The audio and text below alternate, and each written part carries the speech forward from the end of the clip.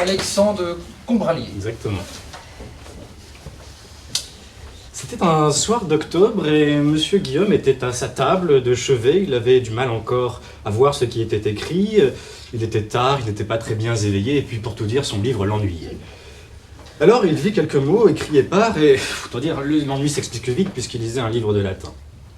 Et il vit ces quelques phrases de Tacite, il disait « Ubi solitudinem faciunt pacem appellante » et comme il ne savait plus très bien ce que cela voulait dire et qu'il était tard et qu'il était fatigué, il reprit vaguement son téléphone, tapa les mots et il vit la traduction de ces termes « Le désert qu'ils ont fait, ils l'appellent paix ».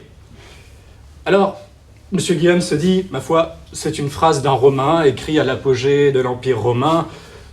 Il ne pensait pas, mais il se douta bien que c'était plutôt les termes qui se foutaient de la caritas, ou du moins un remords d'un vaincu qui avait tout ravagé et qui déplorait les décombres. Mais M. Guillaume, alors, reprenant sa table de chevet et voyant une photo de lui qui traînait par là par vanité, s'aperçut et se dit, ma foi, moi qui suis Guillaume, je ne suis pas encore conquérant. Alors, il revint à ses chaires d'études et il revint à sa vanité et il se demanda alors, ma foi, que pourrais-je faire pour parvenir? Et il s'imagina alors, selon les exemples célèbres, devenir un nouveau Guillaume, du moins un nouveau conquérant. Je dis cela, moi-même je m'appelle Alexandre, alors la comparaison historique est à la fois facile et désavantageuse.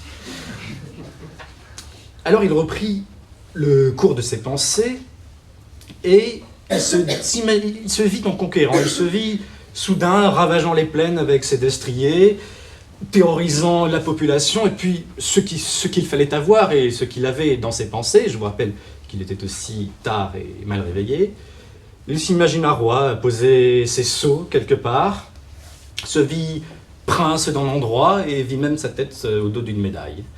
Alors, il se dit très bien, je suis célèbre, j'ai conquis, je suis parvenu. Et puis, revenant à son Tacite, il lit la suite de ces phrases, et il ne vit que tourment, peine, dégradation, châtiment de la postérité. Monsieur Guillaume voulait bien conquérir, mais à condition de ne pas être haï dans les cimetières et être la risée de son mausolée.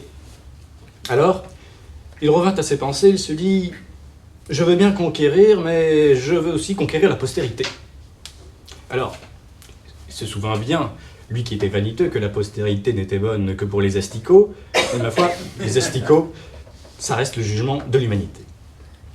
Alors il se vit conquérant, mais conquérant loyal, conquérant bienveillant, conquérant attachant, conquérant sympathique, conquérant bonhomme, un conquérant paisible, une conquête apaisée, voire même jusqu'à la rupture de dynastie tranquille. Alors, quand il revint à ses pensées, il se dit, mais ma foi, il essaya de trouver dans son histoire des exemples de conquérants célèbres qui avaient réussi en faisant primer le droit sur la force. Et il se dit, ma foi, je n'en vois pas. Revenant à ses pensées, il imagina ce qui était, par un renversement de situation, la victoire de la force sur le droit. Il se dit, ma foi, si j'écris l'histoire, autant que ça c'est moi qui l'écris. L'histoire n'est autre chose que l'histoire des vainqueurs. Et il se souvint de tous ces exemples historiques de personnes s'attachant à conquérir à la fois des territoires et à la fois conquérir les historiens. C'était d'ailleurs pour lui la même chose, et s'il voulait conquérir la postérité, autant conquérir les millénaires, autant conquérir les mémoires. Qui se souvint d'ailleurs que Guillaume avait fait des atrocités lorsqu'il était conquérant. Et après tout, pour conquérir du monde, il faut bien des conquis. Et puis il se dit, s'imaginant, se justifiant dans la postérité, ma foi, j'ai des principes. Si j'en ai, je peux en changer. À force de m'appuyer dessus, ils finiront bien par céder. Et il revint alors à ce qu'il avait découvert. Il se dit, ma foi, j'ai découvert que le fort était à la fois le juste. Et que le juste n'était pas une conception de la pensée, une conception juridique, mais une conception purement de la force. Dans ce cadre-là, M. Guillaume, s'effrayant de ce qu'il avait découvert, décida de se changer les idées. on mit ses pantoufles, descendit les escaliers, alla dans la rue, et put croiser, au hasard d'un chemin, une douce demoiselle. Appelons-la Chimène. Il se dit, ma foi, le Cid avait bien eu sa Chimène. Il pensait alors, non plus aux conquêtes militaires qui l'avaient effrayé parce qu'il avait découvert, mais il pensait à la conquête amoureuse, et il se dit, ma foi, c'est peut-être plus à ma portée. Il s'adressa alors à Chimène et il dit en son langage, ma chère, si tu veux bien que je sois son conquérant, sois ma conquise. Lui voulait entendre d'ailleurs plutôt promise, mais il choisit un autre mot. Chimène alors lui répondit, écoute, mon cher Guillaume, je veux bien te répondre, mais sache tout d'abord que j'ai entendu ce que tu pensais auparavant, et que conquête est un mot qui commence bien mal. Du reste, sa première syllabe le dit assez bien. Guillaume remercia sa Chimène, remonta dans son grenier relire son Tacite.